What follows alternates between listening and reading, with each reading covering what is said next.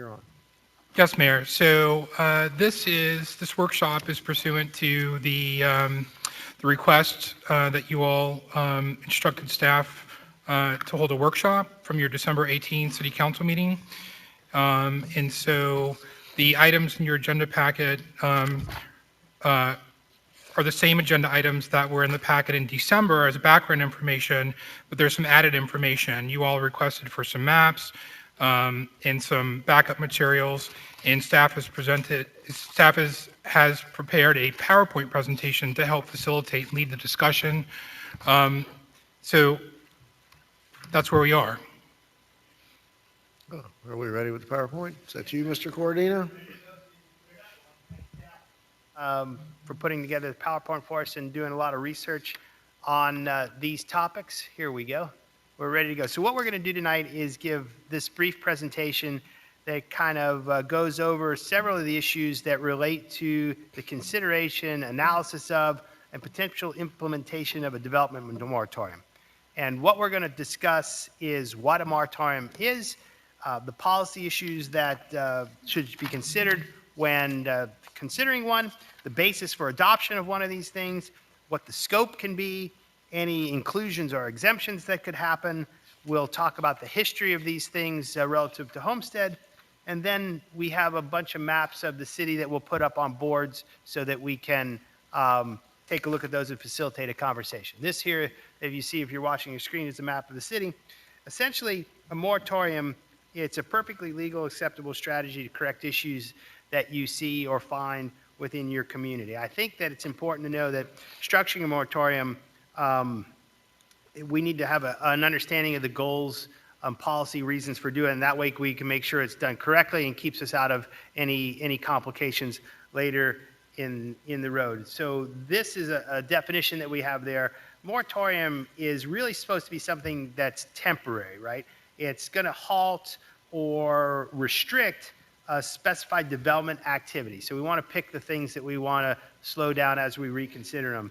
In land use things, these are obviously are temporary. They're enacted by the city councils during periods in which development is not meeting the standards of the community.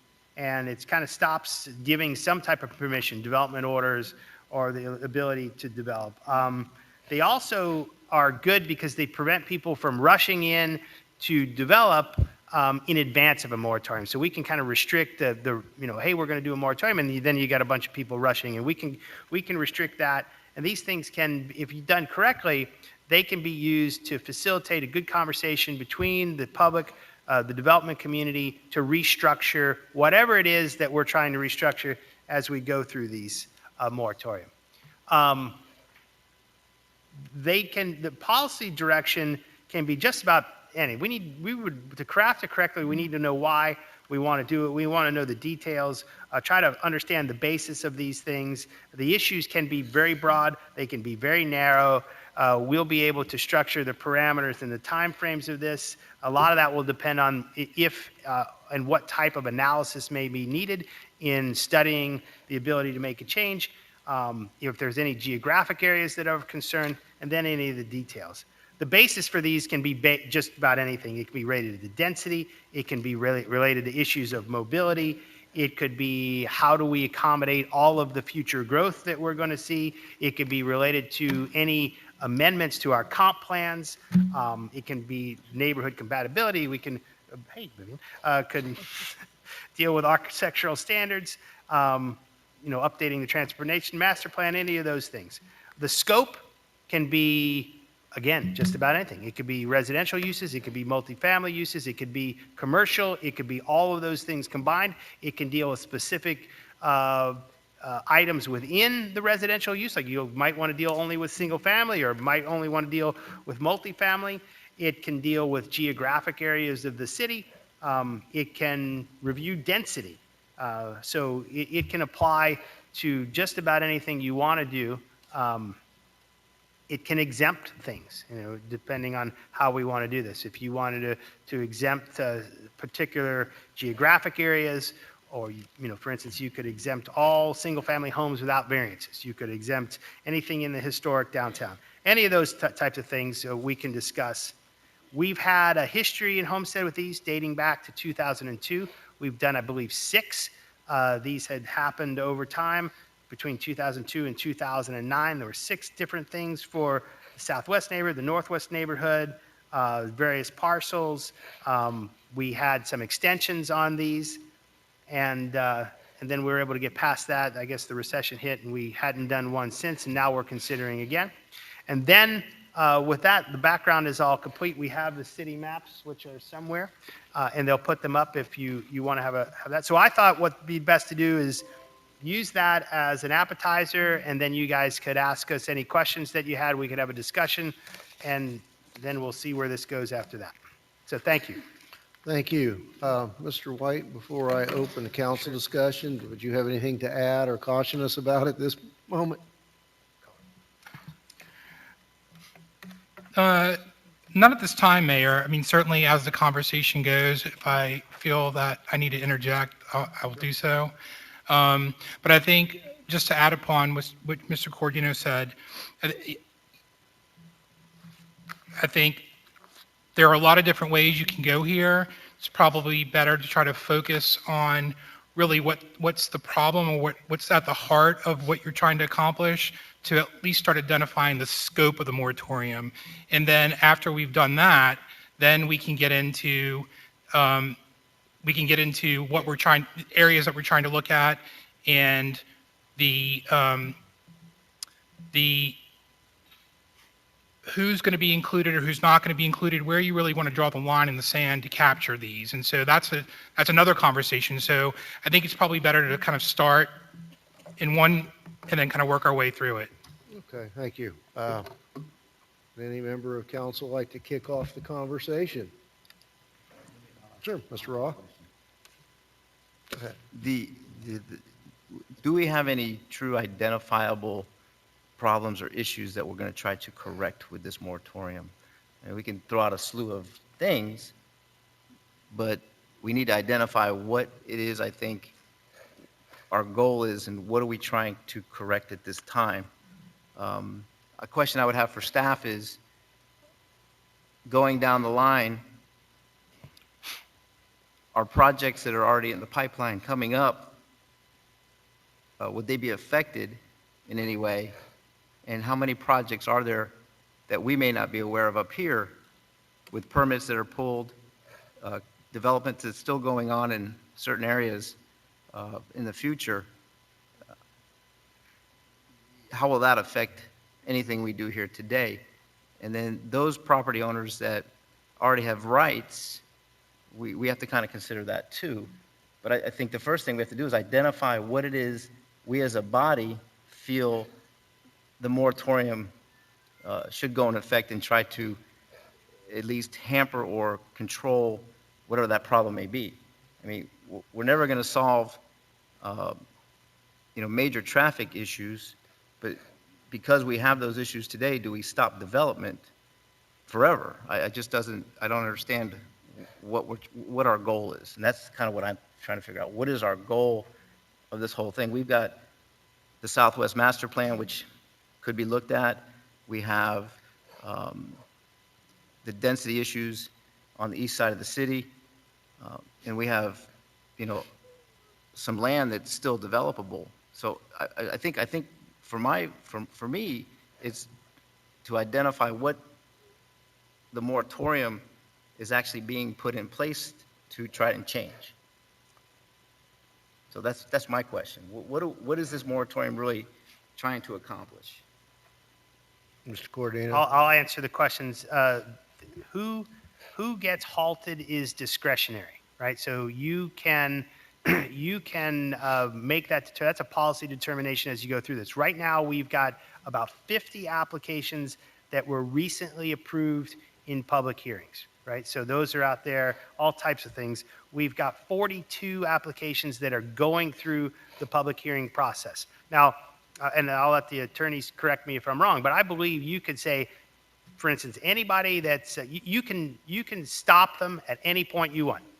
Anybody who's in the system right now, you're going to be stopped, that's all. But you can say anybody that's got a site plan approval, if you haven't got a site plan approval, you're stopped. You could say anybody that doesn't have a certificate of occupancy, you're stopped. So that's discretionary. It will, that's a policy decision, I believe, in my opinion. As to the goals, I think that's something that, I think we should hear from you. Did that help you? Yeah, so I guess another follow-up question would be to Mr. White. If we put a moratorium in to stop progress that is in progress now, what kind of liabilities will that open us up to?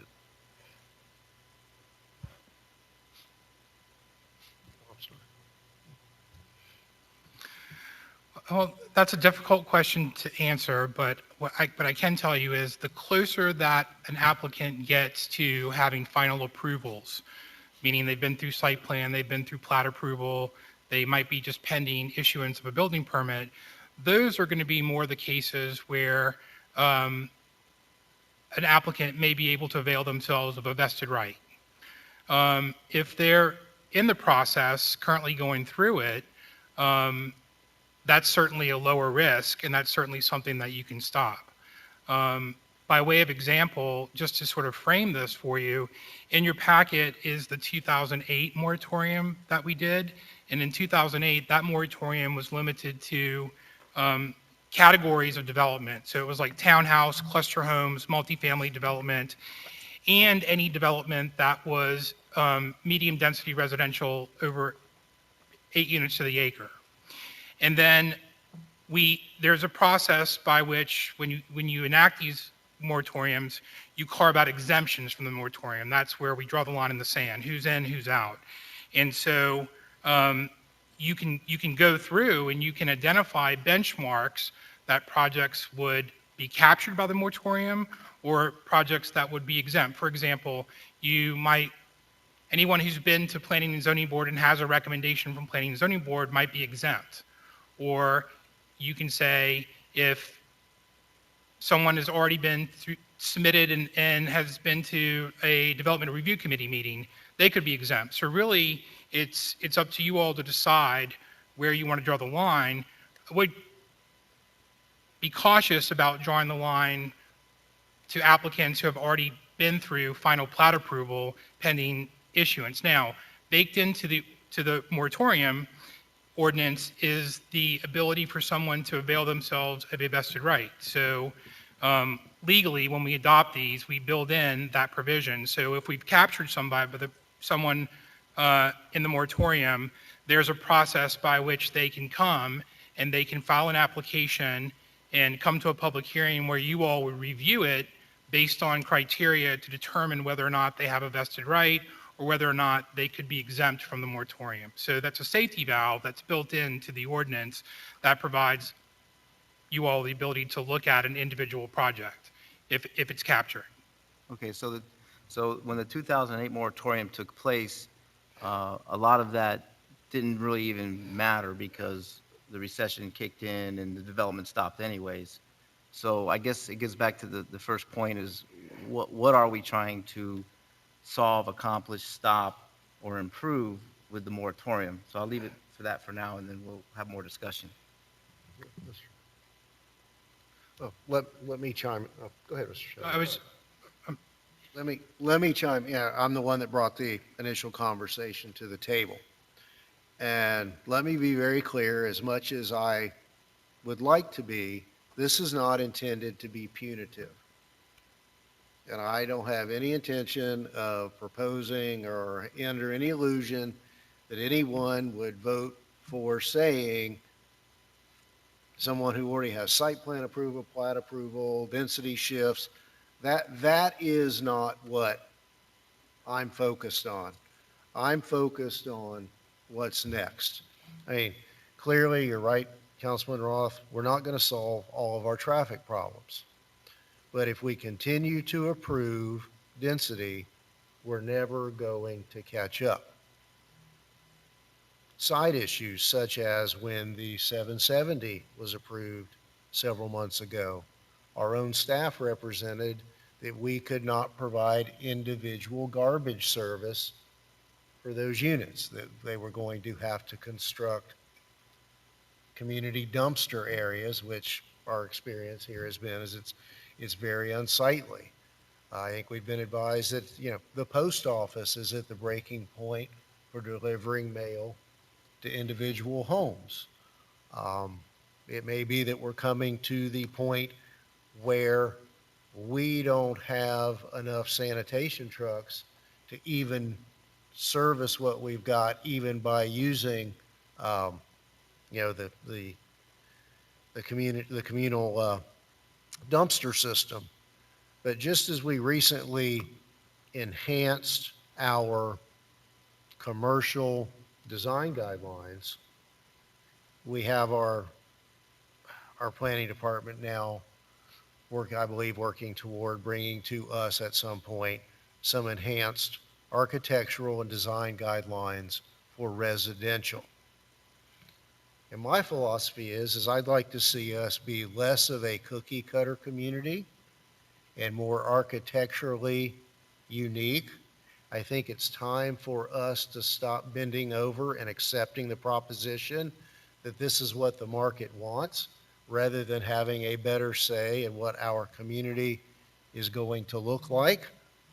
I also, it's my personal opinion that our mix of product is too heavily weighted on townhouses, cluster homes, and smaller lots. And we need to recognize that as the east side well, that, what is our vision for the remaining property on the east side? And in that vein, we're going to have a real hard legal discussion one day about who has what rights and obligations, what is the real status of those claimed rights in the DRI? Is it absolutely X number of units, or does it mean up to X number of units? And I don't know that that's a conversation that was had during my first 6 years here, or has been had legitimately in the last 12 years. Um, but also, as the west side begins to be under the microscope for development, I met with two land use attorneys today who are going to be bringing in a project on the west side uh, on 80 to 100 acres. We'll be talking another couple of hundred units. And for me, it's about the diversity of housing. And I'm going to get back to, I'd like us to kind of take a census of how many of each kind of product do we have? What's our balance? Are we out of balance? When Mr. White and I first started talking about this, we talked about updating our transportation master plan. There's just a whole host of those issues. And from the philosophical side of it, I want us to have a better handle on what our community looks like and feels like, and a better handle on that, rather than just, okay, here's your site plan or plat approval, and kind of reevaluate what might be appropriate where. And it's my understanding that this doesn't have to be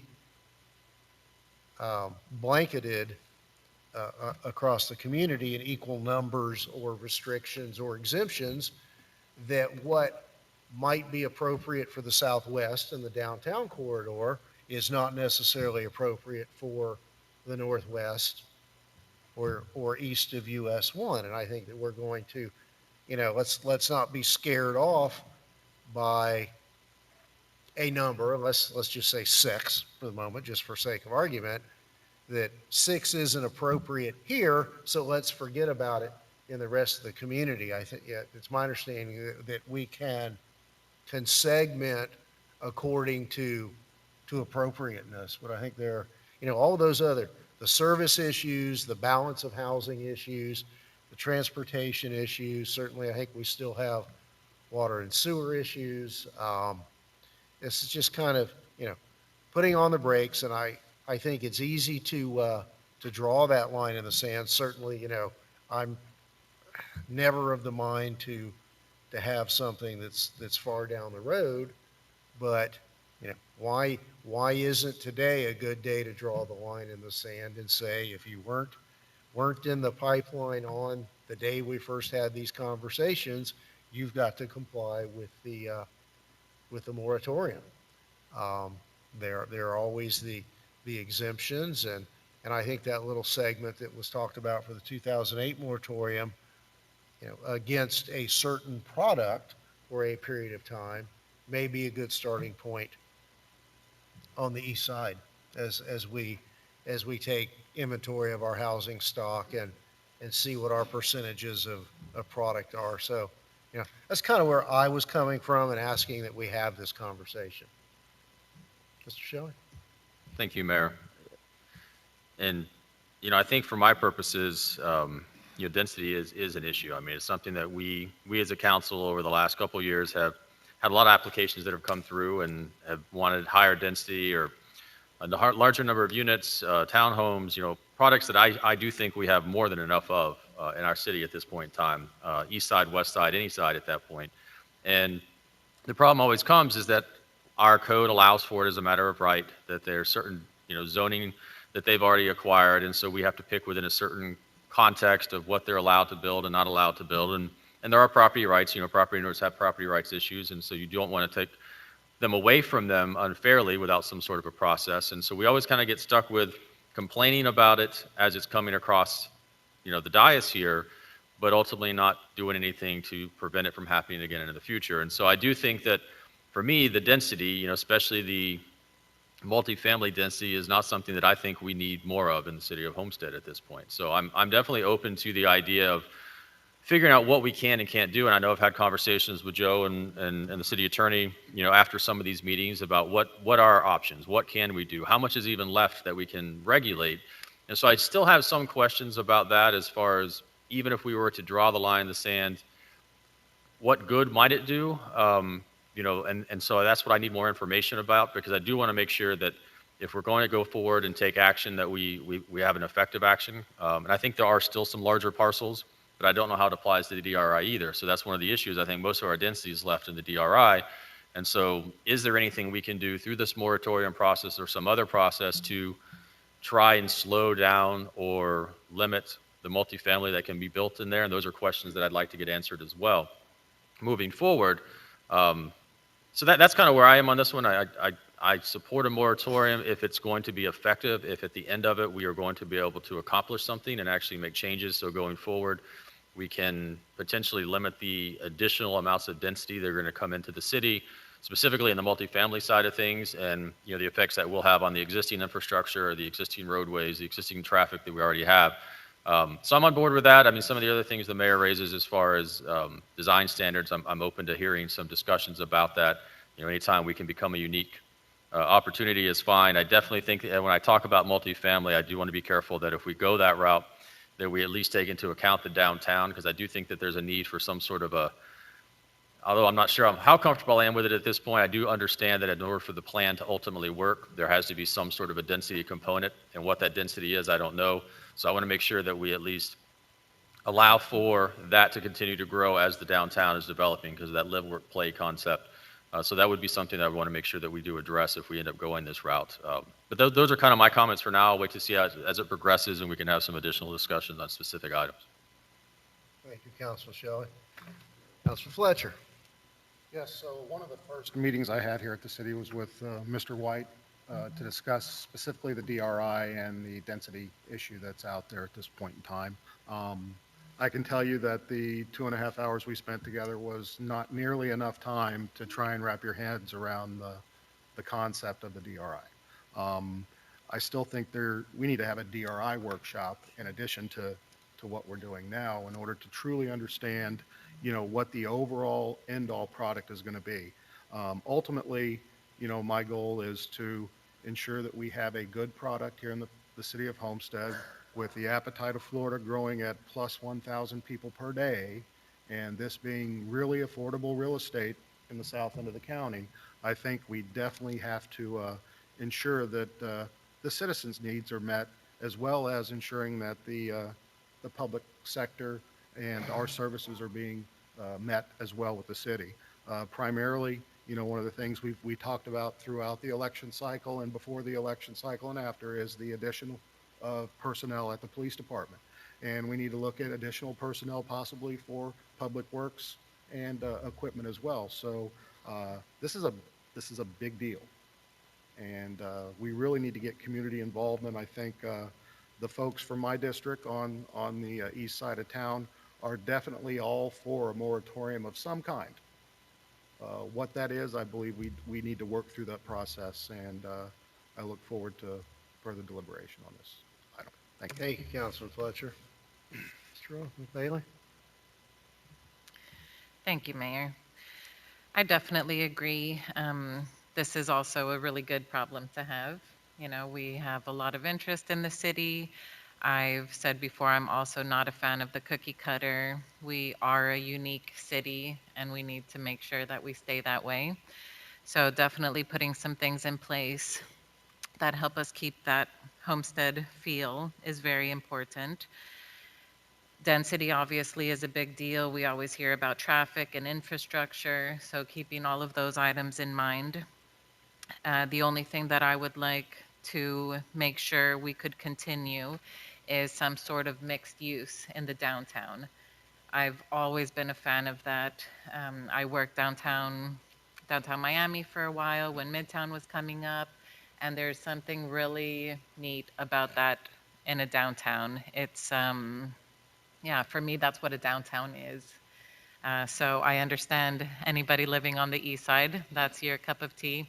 But living in downtown, I just see that as being something that would be very successful for the city. The other thing to make sure that we can protect and make sure happen is something with senior housing in the Southwest. That's the other item that I would like to make sure we keep in mind and that it doesn't affect. That's all for now. Thank you. Thank you. You know, absolutely, and I think I addressed that we can adjust the density numbers that are set to account for potential projects that come up in the next 6 to 12 months for downtown and the southwest neighborhood, that those are two unique pockets of development and redevelopment that, and again, a good example of one size is not going to fit all. Maybe it did in 02, 3, and 7 and 8, but you know, it's kind of fine tuning and nuancing our developments at this point. So I guess my question would be either Mr. Corradino and or Mr. White, what direction do you need? Where do we go from here? So I've written down everyone's concerns or comments. So I think we have a pretty good basis upon which is the legal backdrop of why we're doing the moratorium with regards to examining and looking at land development regulations, examining and looking at density or higher density products, looking at and examining issues with respect to municipal services, concurrency, transportation, traffic impacts, those types of things. Those could all form the basis for a moratorium, and we can flesh those out a little bit more. We don't have to do that tonight, but that at least gives me the backdrop and the background of why we're doing this. So the next step is basically to sort of hone in on what is going to be covered by the moratorium. I didn't hear anyone speak about commercial or industrial development, so I'm assuming, but you will correct me if I'm wrong, that that's not even on the table for discussion. Any commercial or industrial project would be exempt from the moratorium, or no one's mentioned that, so it was mainly residential, so. Right. Mr. Shelley, we'll start with you. Yeah, so that was one of the things I was going to raise as we start talking about concurrency and infrastructure as a condition of the moratorium. My concern was I don't want to limit potentially commercial people that are interested in investing commercially into the city. And so sometimes when you start talking about global issues like concurrency, I know we faced that in times past, that could be a real bar. I mean, we went through it just recently in our downtown when we had the lift station and pump station issue, and it shut down all sorts of commercial investments. And so as we start talking about the grounds or the bases for the moratorium, I just want to be careful that if we deal with concurrency or infrastructure, that it is limited in some capacity to residential, although I know that becomes a much harder thing to do because when you start talking concurrency, it usually applies more so across the board. So I just wanted to raise that as a discussion point because I don't want to necessarily shut down any commercial developments, job creation, things of that nature that's going to encourage people to come here and potentially provide our residents a local place to have a good job. So that was just something I wanted to clear up. Oh, and Mr. Shelley, I would completely agree with that. My focus was residential. I think to take it a step further, we've recently adopted some better enhanced commercial design standards. And certainly on a case-by-case basis with a commercial request, we can deal with the concurrency issues on a case-by-case basis. And I think that's much more manageable than it is in a residential context. So, no, I am not intimating at all that this include commercial or industrial development at all. That this is solely addressing residential. Okay. Mr. Roth, Councilman Bailey? So would you need us to draw the line in the sand today? Um, I'm not saying draw it as of today, but do you need us to talk about? Well, let me just pause for a moment. So we're in residential, that's the concern. So are we okay with low-density residential, single-family, low-density residential? And are we concerned about, and if we're okay with that, then are we really focused on the medium-density residential, the townhouse, the cluster home, the multifamily, anything over 6 units to the acre that we need to examine and look at what those impacts moving forward are on all the enumerated items that we discussed before.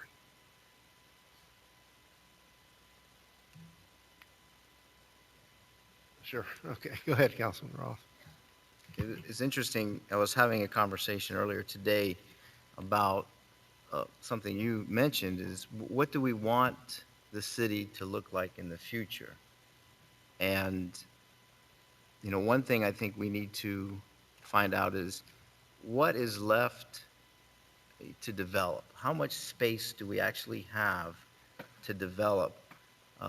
We have two unique sides of the city. We have the east side, which is mostly modern, and we have the west side, which was built back 30s, 40s, 50s, 60s.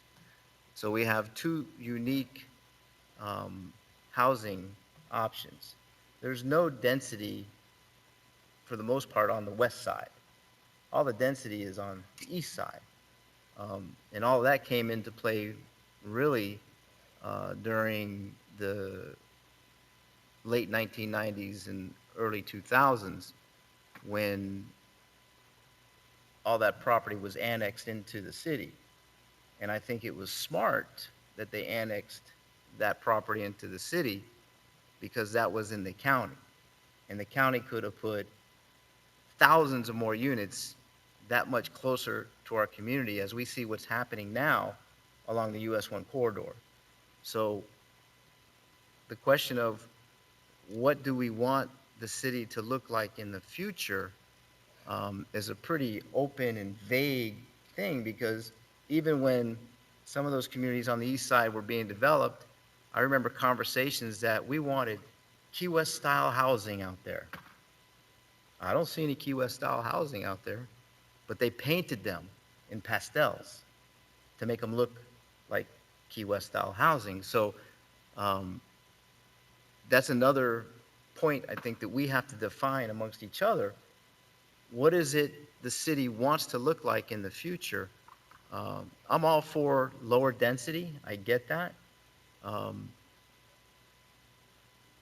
Single family projects, but I think before we can actually say, okay, we're going to have the corridor on Farm Life Road look like this, or we're going to have Maury and the intersection of Maury and Chrome as we start to hopefully generate some residential interest in those areas, what would that look like? You have the historic downtown area being transformed into the 21st century. How do you bring those two concepts together where you're bringing in new buildings, but you want to preserve the old buildings? And how do you make all those things come together as one to enhance the beauty of the city. That's a very daunting task to try to consider how to do all those things. Um, the progress has begun. The Seminole Theater, a beautifully remodeled in its old state.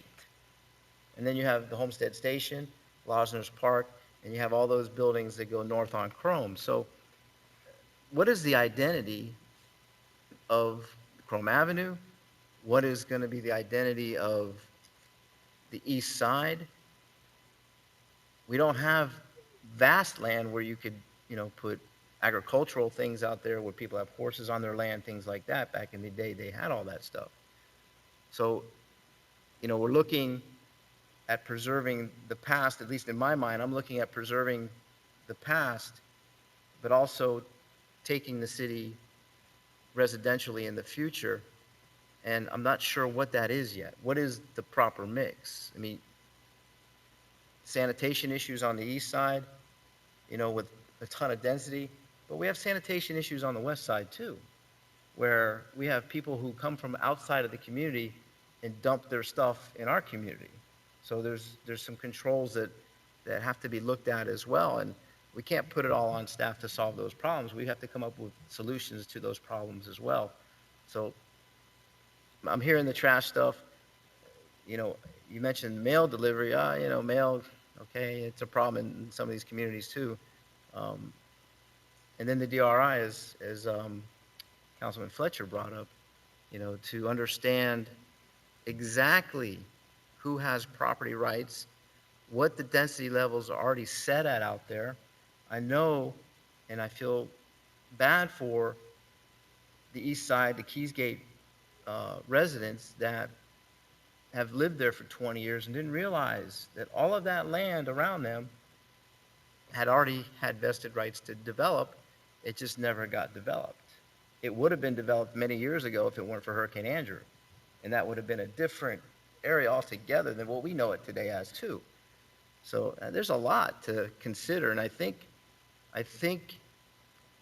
if we put the word moratorium out there, that's going to deter investors, whether it be residential developers or commercial developers, to come into the area, because if there's no growth, there's no reason for people who aren't here today to open businesses in the city today.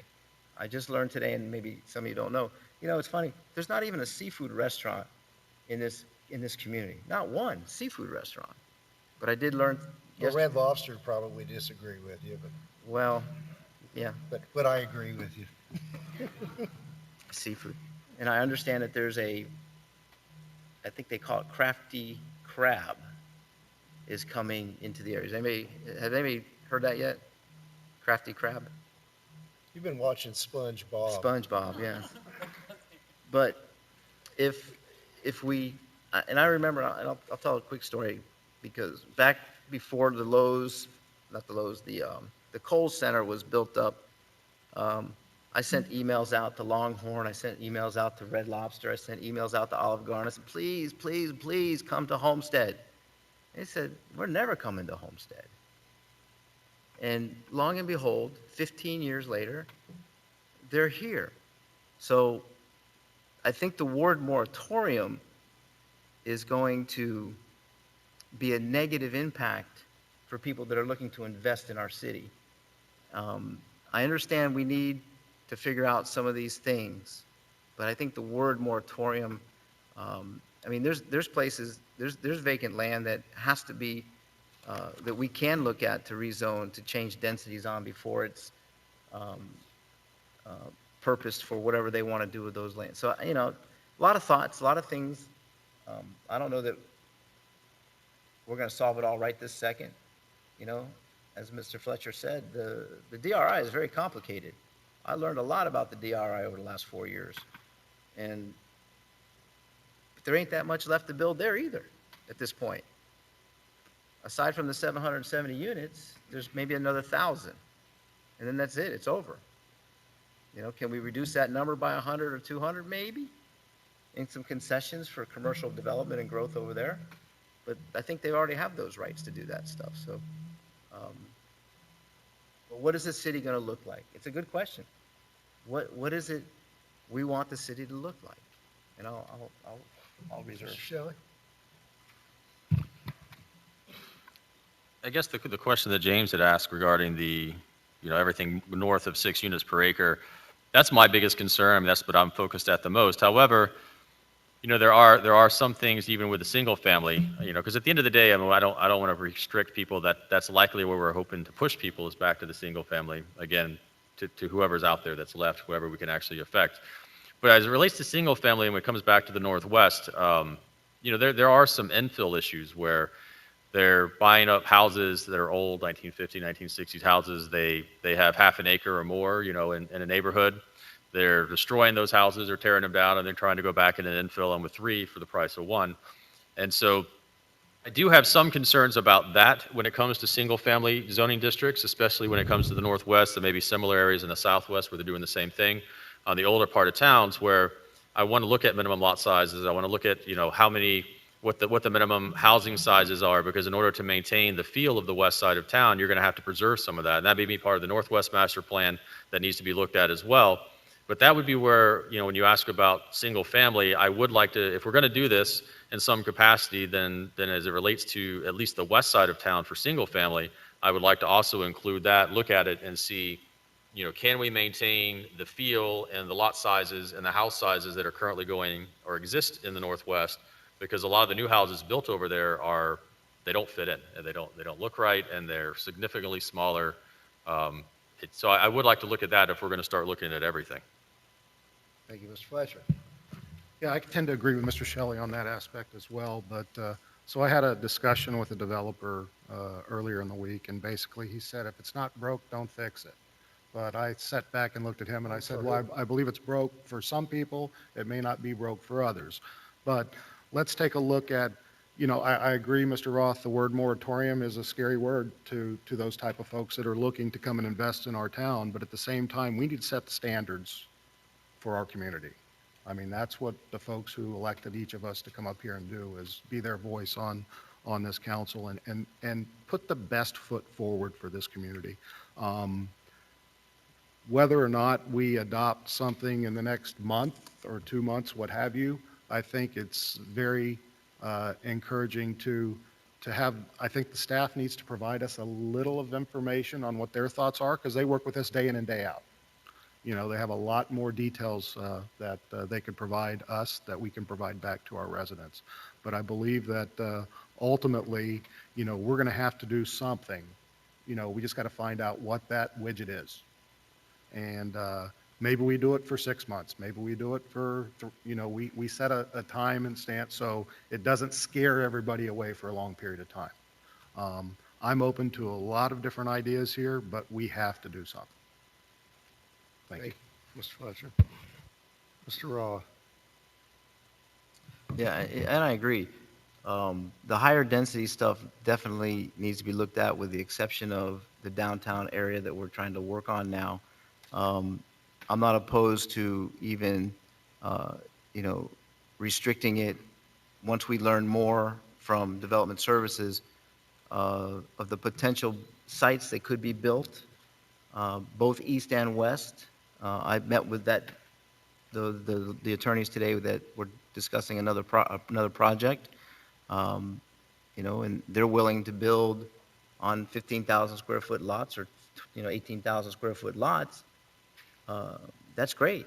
I told them they needed to do better than that. Well, we'll see what happens. But I'll take that challenge. the density is not an issue for me outside of the downtown area. We need to get some control on that. But I think, as Councilman Fletcher said, we still need some information from staff so that we know what's left to be developed potentially, what potential properties don't have adequate zoning now. We did a one for 40 acres out on Farm Life in Maury, and we adjusted the zoning on that one.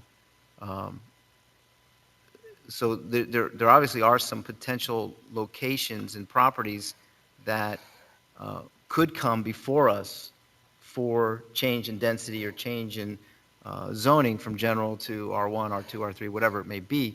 And then identify, I don't know that there's that much on the west side that's potential, but Councilman Shelley brings up a very good point. The infill building and the tearing down of a single-family home and creating 3 homes on that same lot. Um, and that again is changing the identity of the northwest section. So I think if anything tonight, if we could ask that staff identify the future potential properties of, do you want to go with a certain amount of acres, more than 3 acres that could be developed? Because 3 acres is not going to make that large of an impact. But how many of the larger 10, 20 acre parcels are left out there that we have some jurisdiction over to decide what the future use will be in density if it doesn't have that designation already? Um, and, and, and I think that's a good starting place, because without knowing the impact we might make on some of these lots, it's hard to say. It's not hard to say no more density of, 12 units per acre or less. It's not hard to say that. I don't know if what's the highest density level we have right now? 10 units an acre. Okay.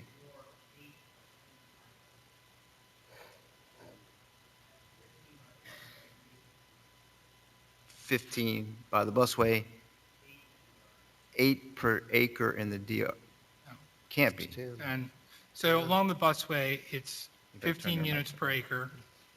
on.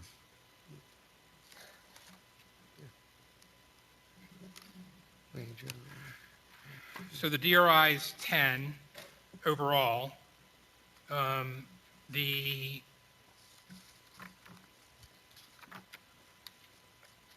one second.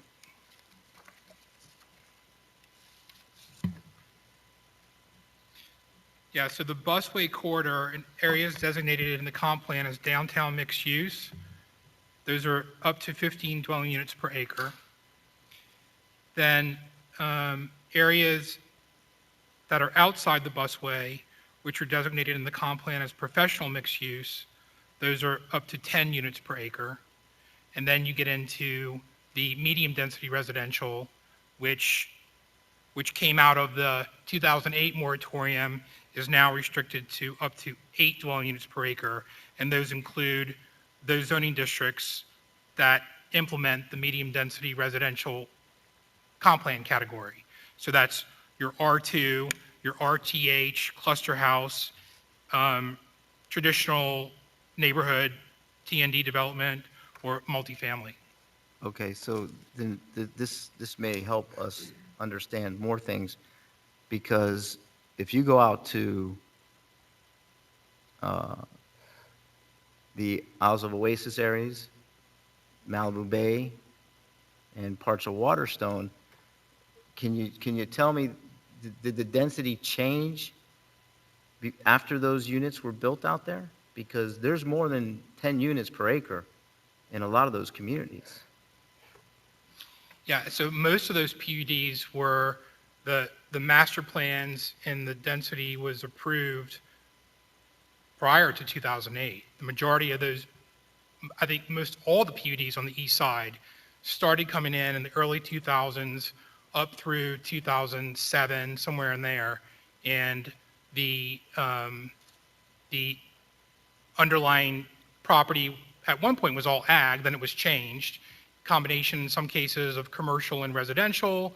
Then there was a combination of low density residential and medium density residential, which gave the overall allocated density for some of those, for the PUDs. And so that was all set, I think, before the 2008 moratorium.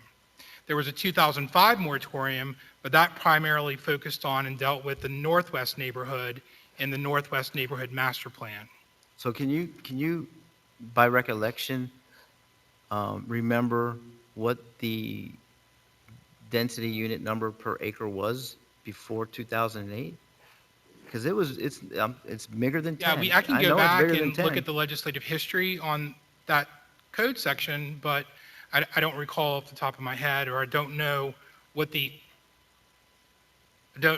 PUDs when they were approved, what the average, I mean, whatever it was consistent with what we allowed in the comp plan and the code, but I don't recall what those were. Right, so that was part of a major master plan for the Waterstone, Malibu Bay, and Isles of Oasis areas, because those came into existence after the DRI was put in place.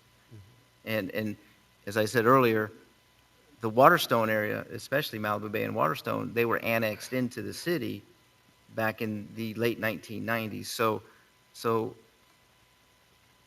And those are all outside of the DRI. I'm sorry? Those are all Outside outside of of the the DRI, DRI. correct. So that's what I was trying to figure out is, if we're already at 10 per acre now, 10 per acre would give you a minimum, without the setbacks and everything, of about a 3,500 square foot lot per unit at 10 per acre in some areas. I'm not saying that's where we go, but I'm just mentally trying to do the calculations.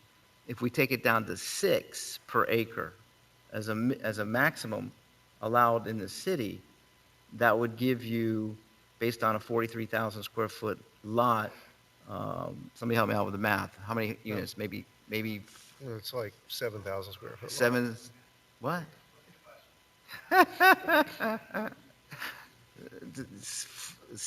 42,000, whatever Divided the by acre six. is, by 6. 7,000 and change square foot lot. About 7,000 square foot lot. And that's, for the most part, what I think the product's on, and let me know if I'm wrong, but the new stuff that was built in that Porta Vida project, what size lots do they have in there?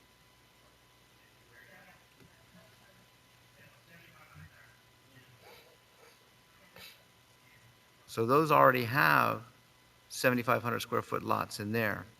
And then, when you start thinking about the developer that came, or the attorneys we spoke to today, 15,000 square foot lots. That's, to me, is great. If they had that on the east side of the city, that would be great. But then we go back into the identity again. Do we want one pocket of homes that's got 15,000 square foot lots on the east side?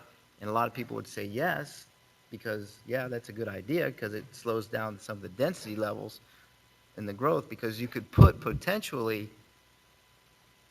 at the current thing, you could potentially put 10 units per acre, which would almost double the amount of housing and cars and people living in the same area. So, yeah, there's a lot to consider when you start thinking about all this stuff. And it's a great question, a great thing. I just think the word moratorium is a little hard. And maybe we can just look at the density levels right now after we get some feedback from staff as far as what's still available to build, and maybe address some of these other concerns with, trash collections. That should be an easy one to solve. We need some more equipment, maybe some more manpower.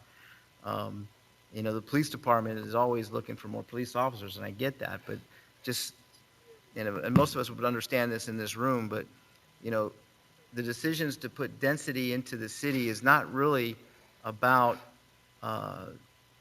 collecting property taxes. That's what some people would think. Just as an example, our police department costs us about $27 million a year to operate. And in comparison, the amount of taxes we collect in property taxes is only about 15 million. So even adding all this extra density doesn't really help the bottom line when it comes to property tax values for the city as far as revenues go. So there's a lot of things that we can consider and talk about in here. But I think the biggest thing that the mayor brought up was, what is our identity going to be in the future? How do we address the trash issue? I don't know that we have much control over the postal service as far as how they manage mail delivery.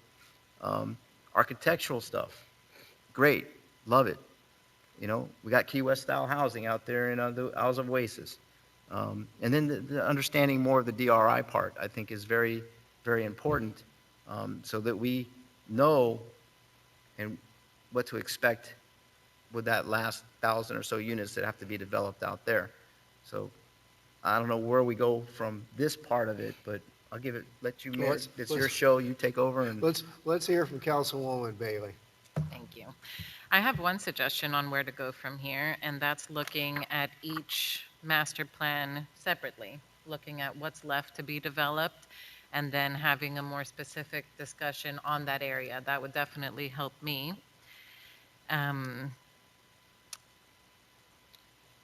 I was, as far as the moratoriums are concerned, both of them say it's a 12-month. Is that typical?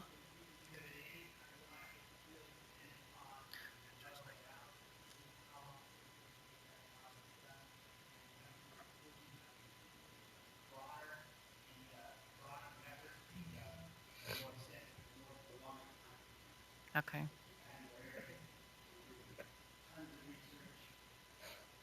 Okay, And, and and just to interject, sure, it's not a total moratorium. right, And there is always a vested rights procedure, so don't, don't be scared by the time frame. sure. Yeah, No. and I speak from experience back in '02. One of the reasons I'm bringing it up Mm-hmm. is because right before that, it says unless dissolved earlier by the city. So that developers also understand, it's not something that they should be, that they should be afraid of.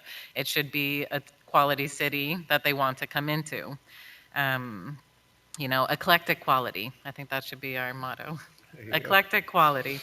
But we do have such different parts of the city, and the Northwest, we don't want to look like the East Side, and the downtown is so unique.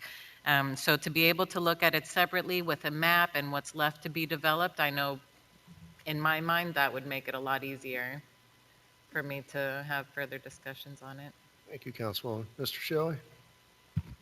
Yeah, I was going to raise as we talk about maximum densities, the question came up. If I recall right, the Southwest Master Plan, it's like 20 units per acre in the Southwest Master Plan. And so I'd like to make sure we look at that. I mean, I know that the purpose of that originally was that in order to encourage a developer to come in there, buy up the land, and be able to make it profitable, the more units they can put per acre, the more likelihood that they would come in there and make that investment. And so I understand the thought process and the rationale maybe for going through that, but I've always been concerned about it, even back when I was on P&Z when this came before us. I think I voted against it then for that very reason, because on that west side of town in the southwest, there's no infrastructure. There's no way to get, if someone were to go in there and mass buy up and start building as a matter of right 20 units per acre, we would have a complete traffic jam. It would be the worst probably we'd ever seen. And so I definitely would want to look at the Southwest Master Plan as well and try to find a balance of trying to encourage investment in that community, because I want to see it develop. But I think 20 units per acre is way, way too high in the Southwest. So if you guys can confirm that, but that's what I recall. I know that's, maybe we make exemptions for senior centers. I know we're looking at the shotgun properties and trying to find someone to come in and invest there based on Councilwoman Bailey. So maybe there's a few select parcels or a few select uses that we allow for a higher density because we're looking for a specific product. But across the board, to permit anybody to go in there and build 20 units per acre, I think needs to be addressed. So while we're talking density, that's one I've always been concerned about that's just been sitting there. Luckily, nobody's come in to take advantage of it at this point or try to build, but they could at any time. Absolutely. Thank you, Mr. Shelley.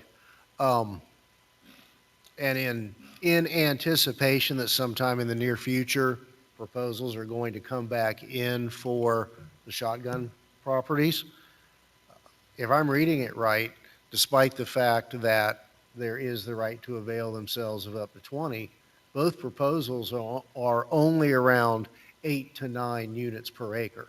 So it's not as if people have been lined up to do it at 20. And, Mr. Roth, I was with you until you said moratorium is a bad word. I think you're right on point. We have a lot of information to digest, a lot of factors to look at, and it's not a one size fits all. And I think, I think near and dear, probably more so to my heart and Councilman Shelby's heart, is compatibility. Because on the undeveloped property, and we're talking about maybe 200 acres in the extreme northwest side of the city, it's a huge difference between 2 units per acre and 2.5 units per acre. You're talking on 200 acres, a difference of 100 houses. In the traditional heart of the Northwest, 100 houses is 10 blocks of average houses. So, to kind of make that relative and put it in perspective. So I think it's going to be, we're going to have to be laser focused on real world information rather than more the one size fits all and philosophical, like we had the luxury of being in '02 and 7 and 8. But my question is, okay, we're having this conversation now, and we understand that there are many applications in the pipeline, as we call it. But what do we do from this point forward to put future applicants on notice that your application filed after, and I'll say today, may be subject to the adoption or the enactment of a moratorium ordinance? You're on. I'm going to punt. No, I think we need to consider that. I think that's a flexible question. And I'd like to go back and think about it. I've written down everything you've said. I understand, I think, where we want to do these things, what we want to look at, and have a grasp of some of the analysis that we need to do. I'd like to go back and synthesize those thoughts, kind of put together an outline of all of that stuff, bring it back, and then with a recommendation that said, perhaps we should cut it off at this type of, the application that hasn't been submitted by XYZ date. I think there's also a legal question. I mean, is it appropriate to do today? Or do you have to do that at the time that the moratorium starts? I mean, it seems to me that if you wanted put people on notice, hey, we're going into a venture like this. We haven't decided exactly what we're going to do, but we want to put the community on notice that as of January 29th, we're not going to be accepting any new applications. I'm not quite sure if that's something that's legally done, or you have to do that at the time where you approve the moratorium, or Yeah, approve undertaking a moratorium. Well, I think certainly, certainly providing anyone who's interested or has a project that's in the pipeline is paying attention to this evening. But until this gets a little bit more flushed out and we have a draft moratorium ordinance, I mean, legally, I don't think that we can stop someone from submitting an application. But as you develop this, and my suggestion is if you're really trying to capture some of this, is that you move relatively quickly on it, right? And so, at least get an outline, get some of these questions, or get some of this inventory analysis issued and identified for you all to make a determination so that you can move forward with that, because then that'll form the basis of moving forward, and then you can draw a line in the sand. And so even if someone bum rushed the department to file an application, that doesn't mean that they're automatically going to be in the pipeline and get to proceed. You all get to establish the parameters of where you're going to. Yeah. And that was my primary concern, that we not have XYZ law firm or ABC developer pile in here in the next couple of weeks or whenever it is before we have our next meeting, or adopt something. So I guess what I'm hearing is that we're on good legal footing going forward, that even though we haven't drawn the line in the sand today, this may not be the right word to use, but we do have some retroactive flexibility. Right, you all still can make the determination with respect to the parameters of what type of development you want to be subject to the moratorium, and what type of development is going to be exempt from the moratorium. So, But not only that, I think they can determine at a certain point in time, at what point in the process that they're going to freeze the development, right? So if, for instance, say it's a month from now and we have this meeting, think it might be appropriate to say anybody that hasn't got site plan approval at that time is going to be frozen, or whatever, anybody who doesn't have planning and zoning approval at that time. So it's not like if somebody rushed into the department today, they're going to be through this system in a month. So you still have, you can, if they do rush in today, you still have time to stop, I guess generally it's a fair estimate that if someone filed an application with you tomorrow, they may not be before us or before P and Z for probably 120 days. yeah, it's probably, pre and Z is likely 90 and council's 120, Okay. it's a 4 to 6 So month process on we average. do have some gap period there to work on this. Okay. First, Councilwoman Bailey, did you have something further? Okay, well, first, Mr. Shelley, were you still wanting to speak? I just was, on the topic, Okay. Got you. it was actually on the topic, I think you asked more of a direct question of what I was going to, which is, from a legal perspective, if someone files tomorrow, is their case stronger because we haven't already taken action? Because what I don't want to do is I don't want to rush us either through this moratorium process as we're waiting for information, as we're trying to determine what are the parameters, what are we going to capture or not capture. That may take us 2 more meetings to do. I don't know what that's going to, or maybe done next meeting. But my concern would be, is if there's a rush, I mean, do we have legal footing at this point? We put everybody on notice by this meeting. We're talking about the moratorium. If we decided that we were going to capture most of the people that applied from tomorrow forward, but so there was a 30-day or 60-day window before the actual moratorium took effect, we still have good legal footing, you're saying, to make those arguments. And that was my concern. And if we are, then I just want to make sure we don't rush through what we're doing right now, because that'll ultimately maybe affect the effectiveness of what we're trying to accomplish. So, thank you. Yeah, thank you. Mr. Roth? Thank you. Just for clarity, Mr. White, the definition, I guess, you have up here of the moratorium is to ensure that a community's problems are not compounded during the time the local government needs to formulate and implement a policy response to an issue. So can we define what the issue is that we're trying to solve?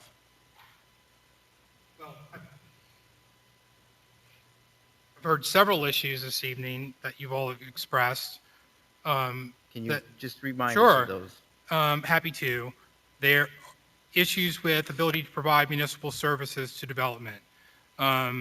Concern that you want to look at architectural and design guidelines for residential development. A look at the housing stock and the mix of product type within areas of the city, and the need for diversity of those housing stocks, so it's not heavily weighted to any one type of development, i.e. townhouse, cluster house, multifamily. Reexamination and look at land development regulations, which also tie back into architectural standards and guidelines for residential and density issues. Looking at your comprehensive plan, that would entail looking at your comprehensive plan and all your various zoning categories, residential zoning categories, with regards to what those land development regulations are, what those architectural standards guidelines are, and what that density is. Looking at concurrency issues, we talked about, that ties back into the municipal services, but that's transportation, public works, sewer, water, all of those things, the adequate public facilities that are necessary to service new growth and development. Compatibility issues with regards to what's happening in the Northwest neighborhood. Yes, you had a moratorium and a master plan that was adopted in 2005. That's 15 years ago, so conditions have changed, and so there's a need to look at the trends in that neighborhood with respect to single-family residential development and infill lot redevelopment. Let's see.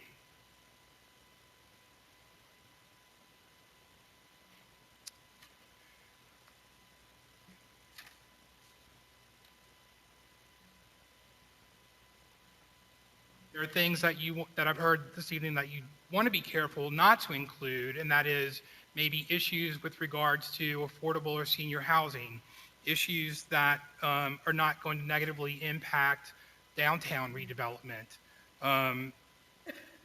issues that may deal with other single-family areas in the city that are not problematic or might be already built out or not going to be an issue for you all.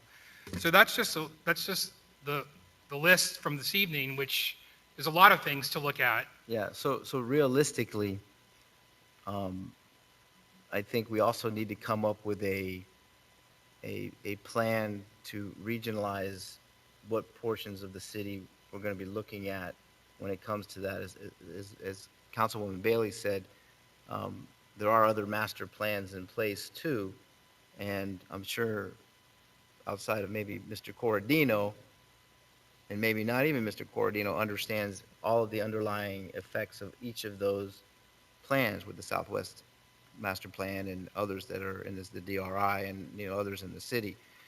Because listening to what you just read off, and you take very good notes, that's very good. Because I'm trying to write as you're talking, and I only got one word down. Okay, because I'll have to request that list in the future, but yeah, it sounds like we're looking at the entire city right now, and I think that's kind of scary. And we need to get the information that we were asking for as far as what land is still developable, look at each of those components. Do we want to look at one region of the city right now? Is the east side the biggest concern? Um, If you ask the people on the east side, they would say yes. Is the northwest side a big concern? If you ask those folks over there, they would say yes. So I think we have to get as much of the information as we can, and then we can start addressing each of those individual concerns as we check them off. There's a bunch of them. There's which is at least a dozen things you mentioned there. As I said, I wrote down one word. I couldn't get it out fast enough, but um, I just don't want to put the impression out to developers, people who want to invest in the city that, this undertaking is major, which is really not. We want to fine tune some things and get some things worked out.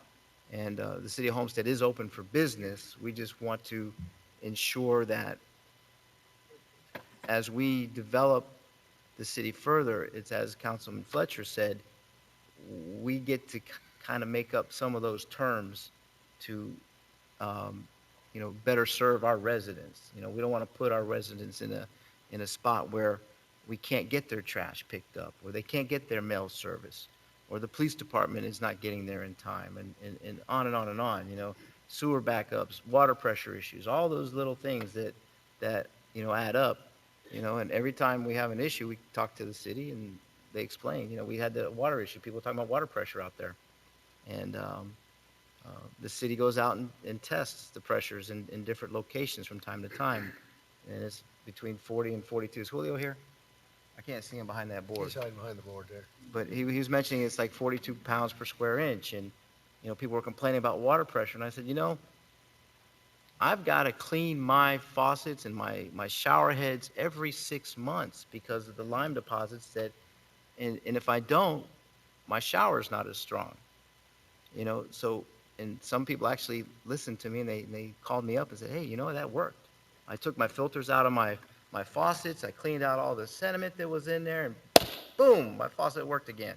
So, but those are items that we can work on in the future. So I'm ready to get the information from staff, sit down and do this again. I think it was a great exercise that we went through tonight. All of us had great thoughts and ideas and plans, but I think we need to kind of narrow it down to certain areas, maybe one at a time, and say, because I just don't want people to think that the city of Homestead's not open for business anymore. Thank you, Mayor. Thank you. Councilman Fletcher. Yeah, just to add on one thing, this is a big apple, but at some point in time, we got to take a bite out of it. So a lot of data here tonight. I think we need to start and move through this very swiftly, through work groups like this. Methodically. And when I say swiftly, absolutely, you got to work through it with a purpose. But the sooner rather than later mindset, I think we need to start moving forward. And again, that only makes things shorter in the long run if we start addressing these issues now. Thank you. Thank you. Well, and in that regard, and this is directed to both the attorneys and the Development Services Department, do you all have a handle on what council has expressed they would like to see. A more detailed map density. If you'd like, I can reiterate what I heard today, make sure I heard it correctly. I'll say it back to you. You tell me if I heard you correctly, and that way we'll go back and, that way we can go back and produce whatever you need, if that's okay. Sure. So much like James said, I think we understand each of the points of what we want to do and the items that he looked at. When we're talking about geographic areas, I'm saying we want to look at the DRI, we want to look at downtown, the northwest and the southwest neighborhoods primarily, which might be just about everything when you get down to it. We want to exempt commercial, industrial, affordable, or elderly housing.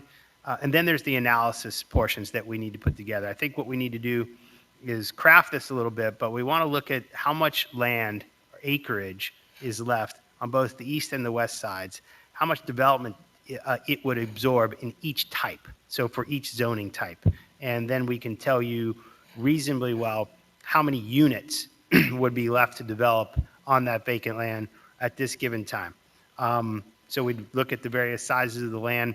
We would then probably go back and look at our existing and projected commercial and residential mix, and then kind of tell you what it normally is for a city of this size and whether what we're doing is appropriate or not.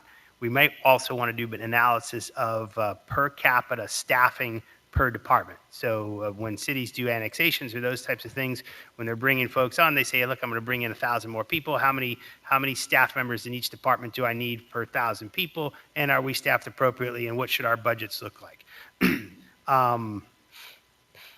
We may want to look at appropriate densities, and different densities are appropriate for different places. For instance, in the downtown, by the transit line, there are typically higher densities. Real far away from a transit line in the DRI, certainly would be much less densities. When we get into that point, when we talk about community character and community compatibility, that's where it becomes difficult, because that's a personal preference. So almost want to come back with a visual preference survey, showing you pictures of different densities, different home styles, what they look like, and see what you think is the most appropriate, and then kind of working backwards into appropriate densities from there. I mean, 10 units per acre, 5 miles away from the transit station may not be great. Maybe it's 2 units an acre or something like that. And you would tell us through the look of something. It's really hard, I think, for somebody to just say, I don't like 10, but I like 7. But if you saw it on paper, on a map, I think it's easier to come back with. So some type of workshop where we do that.